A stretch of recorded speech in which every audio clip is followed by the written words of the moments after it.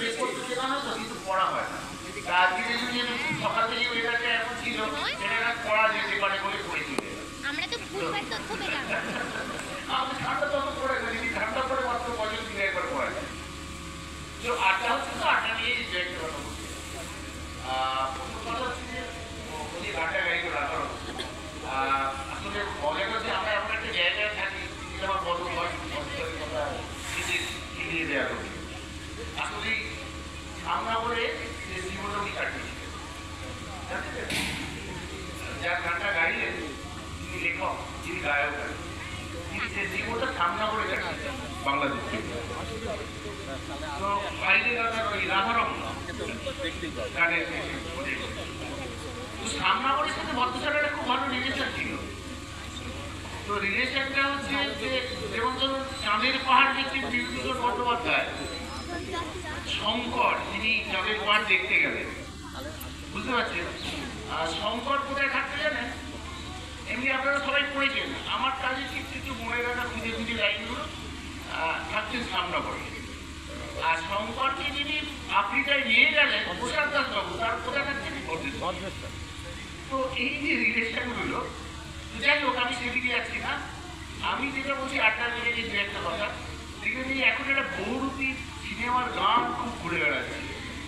বহুরূপী সিনেমার যে মূল ঘটনাটা, ওই যে ছেলেটিকে নিয়ে, যে ছেলেটি ওই 17টা ডাকাতি করেছিল, যে পুলিশ অফিসার ধরেছিল, সেই পুলিশ অফিসারটা হচ্ছে ভদ্রেশ্বর। এটা পত্রিকা লিখেও ছিলাম। আমার বাপের বাড়ির পাড়া। হ্যাঁ, তোমার বাপের বাড়ির পাড়া শ্রীমন্ত। তো ব্যাপারটা ছিল এই যে এই রিলেটেড ব্যাপার, কিন্তু ওইখানে একটি গান আমি বলবো, একটা গানের যে কথাটা আছে দেখবেন, সবাই গানটা নিয়ে খুব হাসাহাসি করছি, মজা করছি, যে করছি, কিন্তু গানটার মধ্যে একটা ভেতরের কথাটা আমি বলবো যখন আপনারা বুঝতে পারছি। হাটে গেলাম, বাজারে গেলাম, কিনে আনলাম আদা, আদা খেয়ে মোদের বাবা হালকে গাদা গান, জামাই এসেছে ফ্যান খাওয়ার ডাব্বাটা ভেঙে ফেলেছে। আমরা সবাই মজা করছি, হাসছি। যারা গ্রাম বাংলায় ঘুরে বেড়ান বা অন্য জায়গায় যাচ্ছে, যে একটা অত্যন্ত করুণ ব্যাপার আছে, জামাই বাড়িতে আসছে, ভাবুন, মাছ মাংস এটা ওটা নয়, জামাইয়ের জন্য ফ্যান রাখার জায়গা ছিল, সেটা জামাই ভেঙে ফেলে। এই যে বলছি একটা গান একটা কথার মধ্যে দিয়ে যে জায়গাগুলো, ওই যে মোদের বাবা হালকে কাটা কাটা, মানে আদা খেয়ে মানুষটা সহ্য করতে পারেনি, তাই তার পায়খানা হয়ে গেছে। তো এই যে মজা, এই হাজারো মজা, হাজারো গান, নাটক, গল্প সারা বাংলায় ছড়িয়ে আছে নানানভাবে, বিভিন্নভাবে। তো ব্যাপারটা হচ্ছে এটা এই ধরনের বহুরূপী গ্রাম বাংলায় বহু জায়গায় আছে। তো এখন নদীচূড়া দাস বাউলের নামে এই গানটা প্রমোট হয়েছে, তাই হয়েছে। এই গানটা আমি শুনেছি অন্তত 20 বছর আগে। আমি এরকম গ্রামে ঘুরে বেড়াচ্ছিলাম, হঠাৎ করে একটা বহুরূপীতে হাজির। জেনারেলি এই বহুরূপীরা বেরিয়ে বেশি ঘুরে বেড়ায় এই সময়টা, ধান উঠলে বা যখন আলু উঠছে, এই সময় গ্রামে এদিক ওদিক গিয়ে বহুরূপীটা ঘুরে বেড়াচ্ছে। আস্তে আস্তে হঠাৎ একটি বহুরূপী এসছে, তিনি সেটা গান গাইতে, এই গানটাই গাইছিলেন, একদম ছেঁড়া কাপড় জামা দিয়ে, যেমন পুরো কাপড় জামা ছেঁড়ার জন্য এরকম ভাবে রক্ত হয়েছে।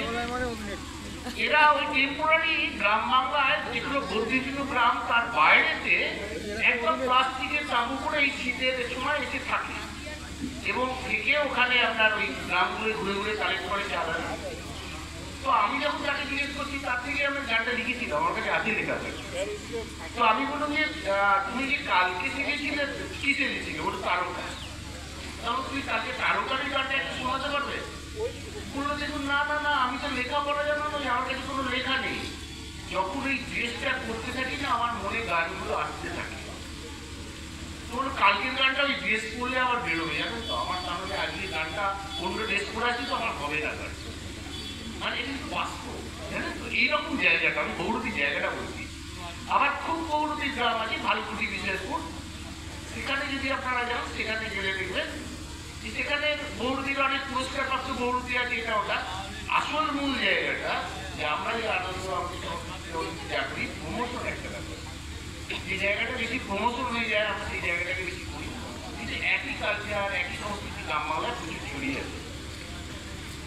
আমি বলি, এবার 2 টাকা বলেছিল নাটকের গান নাটক